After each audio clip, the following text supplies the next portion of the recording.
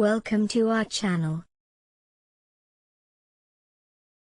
Let's start the day with kindness, and the end goodness will flowing from you to yourself. Hippocrates, often referred to as the father of medicine, was born around 460 BC on the Greek island of Gorgias. Coming from the Asclepiadae family who claimed descent from Asclepius, the god of healing, Hippocrates received an early medical education. He studied under Herodicus of Selymbria, a physician and sports therapist, and Gorgias, a renowned sophist and orator. This education formed the basis of his scientific and systematic approach to medicine, which was very different from the magical and religious practices of his day. Throughout his career, Hippocrates traveled to many places, including Athens and Thasos, to study different diseases and treatment methods. His famous works include Corpus Hippocraticum, a collection of about 60 medical works, Aphorisms, a collection of short statements on medical conditions and on airs, waters, and places, which discusses the influence of the environment on health. The Hippocratic Oath, an ethical oath still used by doctors today, is also an important part of his legacy. His systematic approach to diagnosis, prognosis, and therapy changed the way medicine was practiced in his time and beyond. Hippocrates died around 370 BC, probably in Larissa, Thessaly, Greece. He left many disciples, including his sons Thessalus and Draco, as well as Polybus, who married his daughter. His influence remains felt in the works of subsequent physicians, including Galen, the highly respected Roman physician.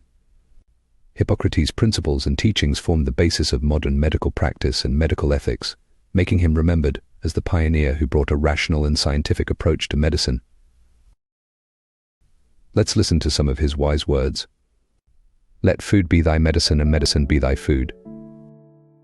There are in fact two things, science and opinion. The former begets knowledge, the latter ignorance.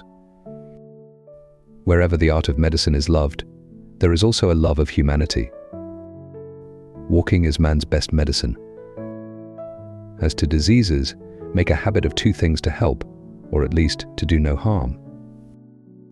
Life is short, art long, opportunity fleeting, experience treacherous, judgment difficult. If you are in a bad mood, go for a walk. If you are still in a bad mood, go for another walk. The life so short, the craft so long to learn.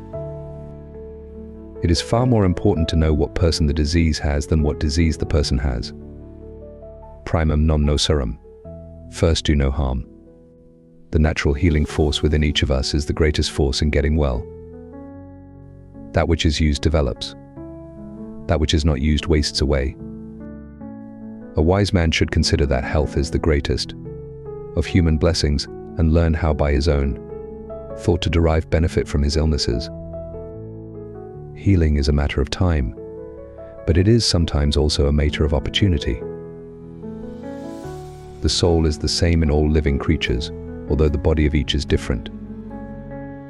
Before you heal someone, ask him if he's willing to give up the things that make him sick. Natural forces within us are the true healers of disease. If we could give every individual the right amount of nourishment and exercise, not too little and not too much, we would have found the safest way to health. The physician must be able to tell the antecedents, know the present, and foretell the future, must mediate these things, and have two special objects in view with regard to disease, namely, to do good or to do no harm.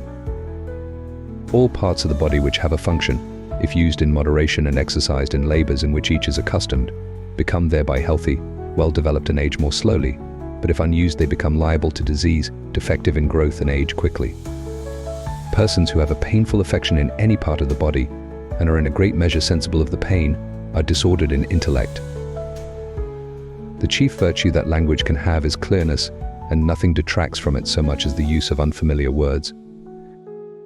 In whatever disease sleep is laborious, it is a deadly symptom, but if sleep does good, it is not deadly.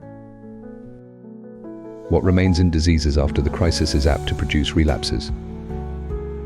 What medicines do not heal, the lance will. What the lance does not heal, fire will. But if they called everything divine which they do not understand, why there would be no end of divine things. Only a pure heart can recognize a beautiful and a happy soul. And in this way truly you may see that it is not a God that injures the body, but disease. If you are not your own doctor, you are a fool. It is better to be full of drink than full of food. Thank you for stopping by our channel. See you next time. Bye.